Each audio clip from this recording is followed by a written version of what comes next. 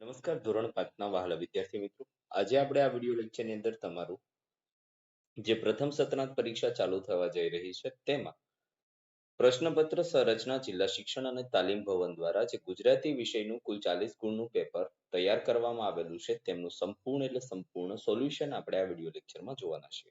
Most IMP paper છે, તમારું paper પણ આ જ રીતે પૂછાશે. તો જોઈએ પ્રશ્ન નંબર પહેલો છે મિત્રો, આપેલા વાક્યમાં યોગ્ય સ્વર ચિહ્ન મૂકી વાક્ય ફરીથી તમારે લખવાનું છે. તો સ્વર ચિહ્ન મતલબ કે રસોઈ, દીર્ઘઈ, કાનો માતર, આ બધી વસ્તુ તમારે મૂકવાની છે અને વાક્ય ફરીથી લખવાનું છે. જેમાં જો અહીંયા છે ભક્ષ, મગન, ત, પતન, પટન, ખડ, પર, છ. તો આનો કોઈ મતલબ નથી નીકળતો, પણ આ વાક્ય આવું બનશે: ભિક્ષા માગીને તે પોતાના પેટનો ખાડો પૂરે છે. બીજું છે કચ્છ નગરમ અક મચ રહત હત. તો કાચી નગરમાં એક મોચી રહેતો હતો. આપણ સખ ઘર પહોંચ ગય છ. તો આપણે છેક ઘેર પહોંચી ગયા છીએ.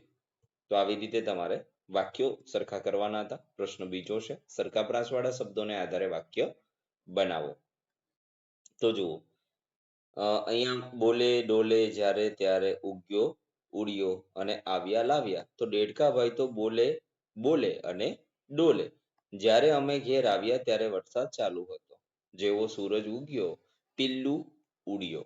મામા ઘરે આવ્યા ખારેક લાવ્યા. આવી રીતે વાક્ય બનાવવાના હતા.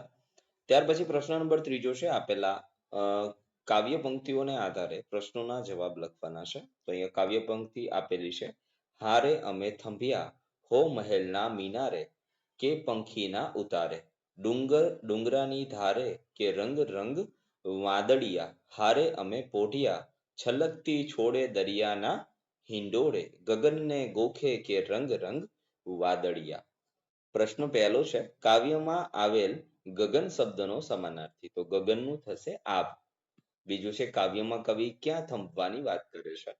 તો કાવ્યમાં કવિ મહેલના મિનારે, પક્ષીના ઉતારે કે ડુંગરની ધારે થંભવા માટે કહે છે.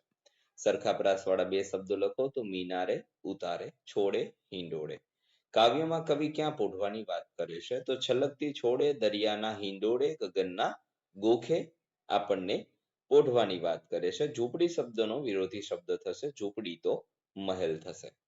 ત્યાર પછી પ્રશ્ન નંબર 4 છે, નીચે આપેલા પ્રશ્નોમાંથી કોઈ પણ 4 પ્રશ્નોના જવાબ બે વાક્યમાં તમારે લખવાનું છે. તમને કઈ કઈ રમત રમવી ગમે છે? તો ક્રિકેટ, ખોખો, કબડ્ડી વગેરે. તમને વરસાદ ક્યારે ક્યારે ન ગમે? તો ફરવા જવાનું થાય ત્યારે, રમવા જવાનું થાય ત્યારે, ભણવા જવાનું થાય ત્યારે. સવારે જાગીને સૌથી પહેલા તમને શું કરવું ગમે?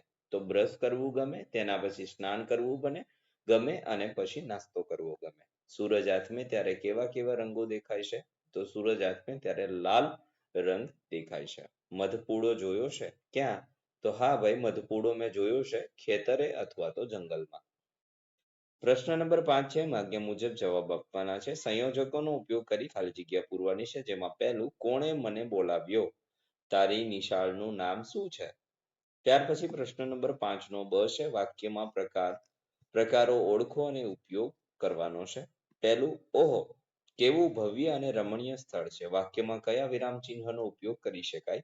તેમાં આવશે ઉદ્ગાર વિરામ ચિહ્નનો ઉપયોગ કરી શકાય. કારણ કે આશ્ચર્યની વાત છે તો અહીંયા ઉદ્ગાર ચિહ્ન આવશે. બીજું, તમે અત્યારે શું કરો છો? વાક્યમાં વિરામ ચિહ્ન કયું મૂકી શકાય? તો એમની અંદર આવશે શું કરો છો? તો પ્રશ્નાર્થ વાક્ય ચિહ્ન મૂકી શકાય. પ્રશ્ન નંબર 5 છે, એનો ક, યોગ્ય અવયવનો ઉપયોગ કરી ખાલી જગ્યા પૂરો. મારે ફરવા જવું છે પણ મને તાવ આવે છે. હું ખૂબ મહેનત કરું છું એટલે મારો પ્રથમ નંબર આવશે. પ્રશ્ન નંબર 5 નો ડ છે, નીચે આપેલા નામોને વ્યક્તિવાચક, સમૂહવાચક, જાતિવાચક, દ્રવ્યવાચક નામોમાં ઓળખાવો. રમેશ છે તો એના પપ્પાએ રાખેલું નામ છે એટલે વ્યક્તિવાચક. છોકરો, વિશ્વના તમામ છોકરાને છોકરા કહેવાય મતલબ જાતિવાચક નામ. દૂધ, તો એ એક પ્રકારનું દ્રવ્ય છે માટે દ્રવ્યવાચક નામ. ગાય ભેંસ, તો દરેક ગાય ભેંસને ગાય ભેંસ કહેવાતી હોય માટે જાતિવાચક નામ છે.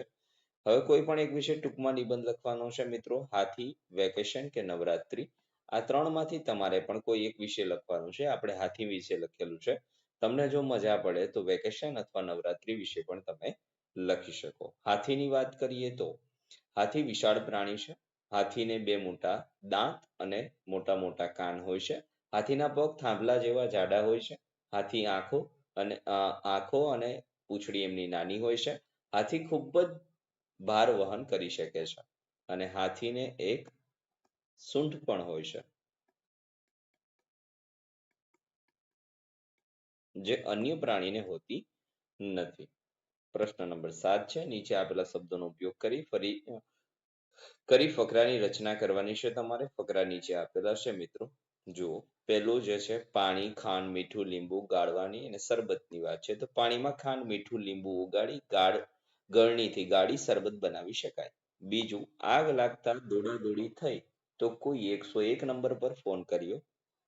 બચાવ કાર્ય થયું. પાણીના બંબાએ આગ ઓલવતા આનંદ થયો. ત્રીજું, સિમેન્ટ સાથે રેતી અને પાણી ભેગું કરી પાવડાની મદદથી ખૂંદી તગારામાં ભરી ઈંટોની મદદથી દિવાલ ચણી શકાય છે. તો આ વાત હતી. ત્યાર પછી પ્રશ્ન નંબર 8 છે. નીચે આપેલા ભાવવાચક શબ્દો ખાલી જગ્યામાં લખવાના છે. મહેશને પગમાં કાંટો વાગતા બૂમ પાડી. આ એક વેદનાની વાત છે. રમેશને લગ્નમાં જવાની રજા મળતા ઝૂમી ઉઠ્યો. તો આ એક ખુશીની વાત છે. સિંહ બકરીના બચ્ચાને ઘરે લઈ ગયો.